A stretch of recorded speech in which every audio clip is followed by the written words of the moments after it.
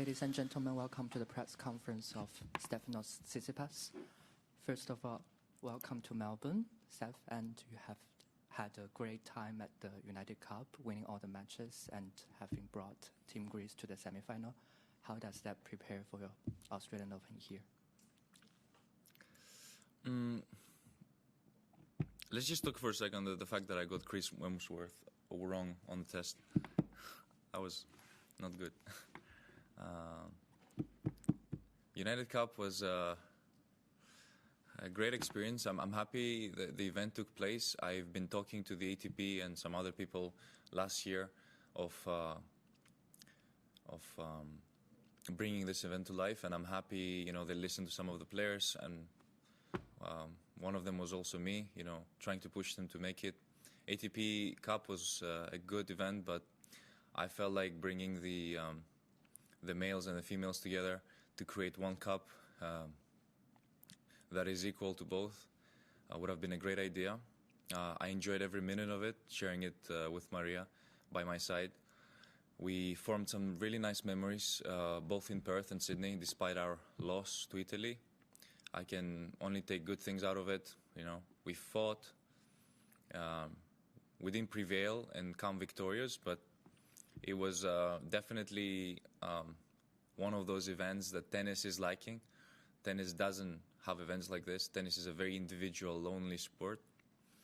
And getting together, sharing these moments together, being part of the same cause and the same goal together was something that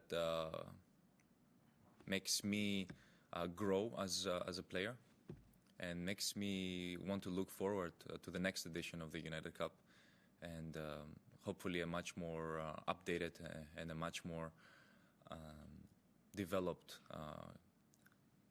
event for all of the players, giving them the opportunity to represent their country at the very first event of the year.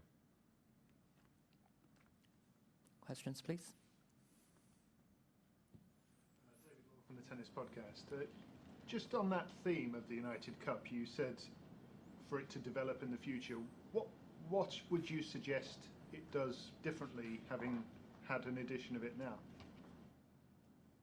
What it should have done differently, you mean? In what way would you like to see it develop and maybe change a little? Well, look, I understood. It got a bit confusing for me once we had to qualify. I didn't know the city finals were a thing until we got to the point where we were playing the city finals. I thought the best two teams of each group from each city are automatically qualified to the finals in Sydney. So I was not very aware of the format. And one thing that I found a little bit, let's say, I didn't quite understand it, was the best loser policy that they had in place, which I don't know if that's applicable to our sport, where you're sort of, you don't mind if you lose and you still somehow know that you're qualifying to the finals. We know tennis as a knockout sort of sport, except the finals at the end of the year, which is a different story. So I found that a little bit confusing, that there's a team that loses and still qualifies to the finals. But this is definitely a small thing that can be improved and fixed in the future, and I'm sure we can see the same format with maybe 16 teams instead of I think we had 18 or 19 teams this year. How many teams? 18, right? So 16 would be a much more ideal format, because we all know 16 is a number that belongs to tennis. The round of 16 is something that has been around for a long time. This is something that I would like to see in the future from the United Cup. I'm curious, are you the kind of person who sets, goals for the entire year, or do you take it tournament by tournament, month by month, when you get to January and the start of the season? I do both. I have the tendency to do both. I do have a goal, and I've already clarified it since the beginning of the year, what I want to achieve. But I know it's a long run, and I cannot rush myself. I cannot just run 1,000 miles an hour and expect something to happen. I need to stay in the game. I need to stay consistent over the course of the next 12 months. I need to get back on the court when these losses are going to come at some point, and I need to constantly be in the mindset of bouncing back stronger. And that is the thing that will be the most challenging, let's say, this year. You know, we have younger guys coming from behind. We still have Novak Djokovic and Rafael Nadal playing good tennis. They're still there. So we're dealing with a lot of different things being thrown at us. And in my case, I know that this year, a lot of things can be done this year. And I have the capacity to withstand the pressures and the challenges that this year is going to bring to me. And with the right preparation comes the right execution. Thank you. Next question. Would you please also state your name and outlets? Thank you. For the newspaper, do you know you first opponent for the first round of the Australian Open? And if yes, what do you think of him and of his game? I don't know. You don't know him? I don't know him at all. Next one. G'day, Stefanos Owen here from News Corp Australia. I saw on your Instagram you were posting about your jersey and the connection to the ancient Japanese warrior. Is ancient Japanese culture something you're interested in, and how did that come about? I am interested in cultures. I'm interested in languages. I know life goes beyond, my culture, ancient Greek culture, which was a very, has left a lot of marks behind in history and time. And there are other cultures out there that are also very exciting to learn about and to get to know better. And the Japanese culture is a very modest, a very fair culture in their society as well. And it has intrigued me in a way to follow it more closely, to learn from it, because I think there are so many lessons you can take by, even for tennis players, by learning about history, learning about how things evolved, and the fighting spirit behind the samurais and all these fighters that led Japan to its modern society today. The traditions are hidden, they're there, they're hidden, and not many people know about the Japanese culture, and I have been very interested in learning more about it. And the Japanese jersey represents me at its fullest.